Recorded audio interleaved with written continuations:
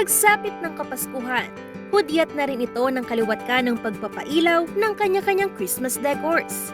Ang bawat establishmento ay may mga iba't ibang disenyo o pakulo. Ngunit, bukod tangi pa rin ang mga parol tuwing Pasko.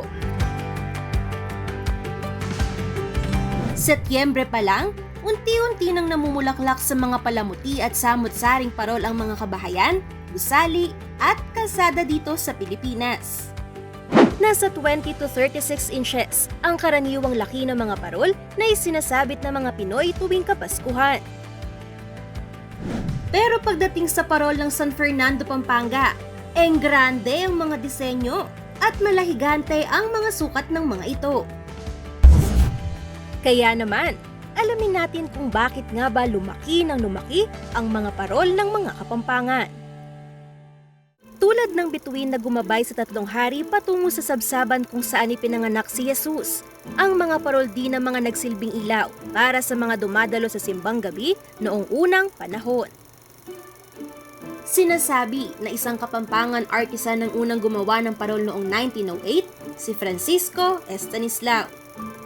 Ito ay may hugis bituin na gawa lamang sa kawayan, papel de hapon o kilala sa tawag na Japanese rice paper, at pinapailawan ito gamit ang kandila. Higit pang naipamalas ng mga Fernandino ang kanilang talento sa taunang pagdiriwang ng Ligligan Parol o Giant Lantern Festival. Isa itong kompetisyon kung saan naglalaban-laban ang mga pambatong lantern maker ng iba't ibang barangay. And as the name suggests, higante talaga ang parol na ginagawa rito. Noong una, ang konsepto ng Ligligang Parol ay tinitignan kung aling parol ang matitira sa pagiging matibay, parang patibayan ng parol kasi dapat hindi mamamatay yung parol mo during the Lubenas. But we can always make them as bigger or as grander as we want to. Nasa sa atin yun kung hanggang saan ang aabutin ng parol natin in terms of size. But syempre, may kamahalan.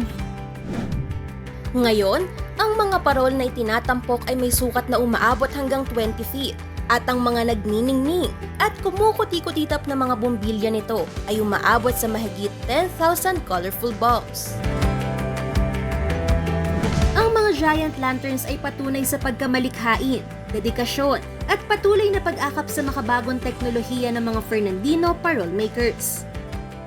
Kung dati ang mga parol ay gawa sa kawayan na pinaiilawan gamit ang kandila, ngayon, ang mga ito ay gawa ng sabakal at ang mga pailaw ay nagmumula sa mga bombilya na sinusuplayan ng kuryente.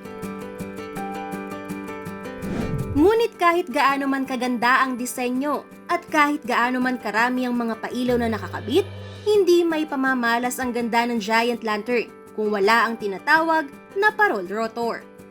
Ito ang dahilan kung bakit tila sumasayaw ang mga parol kasabay ng musika. So each rotor, noong unang panahon, it was actually hair clips. Na mga metal hair clips, sila yung nakakonect directly sa rotor. Tapos may mga pieces of masking tape. So yung pattern actually ng parol, naka-layout yan dun sa rotor.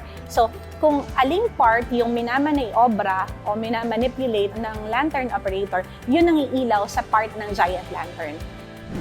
Higit pa sa mga papuri at papremyo, sumasali ang mga taga San Fernando sa Giant Lantern Festival para mapanatiling buhay ang kanilang tradisyon. Kada taon ay pinamumunuan ng pamahalaang lokal ng syudad ng San Fernando ang pinakainaabangan na Giant Lantern Festival. At mula 2007, naging kapartner na ang inyong himpilang CLTV36 sa pagbo-broadcast ng festival, kung saan maaaring mapanood ng mga hindi makakadalo sa live event ang kompetisyon sa pamamagitan ng TV o kaya naman ay online via live streaming.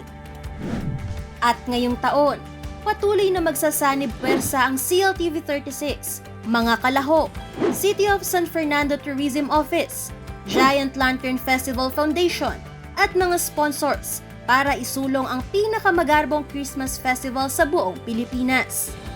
Kaya naman, para masaksihan ng buong pamilya ang pinakamakulay na pailaw sa darating na Disyembre, i-follow lamang ang aming mga social media accounts at tumutok na dito sa CLTV36.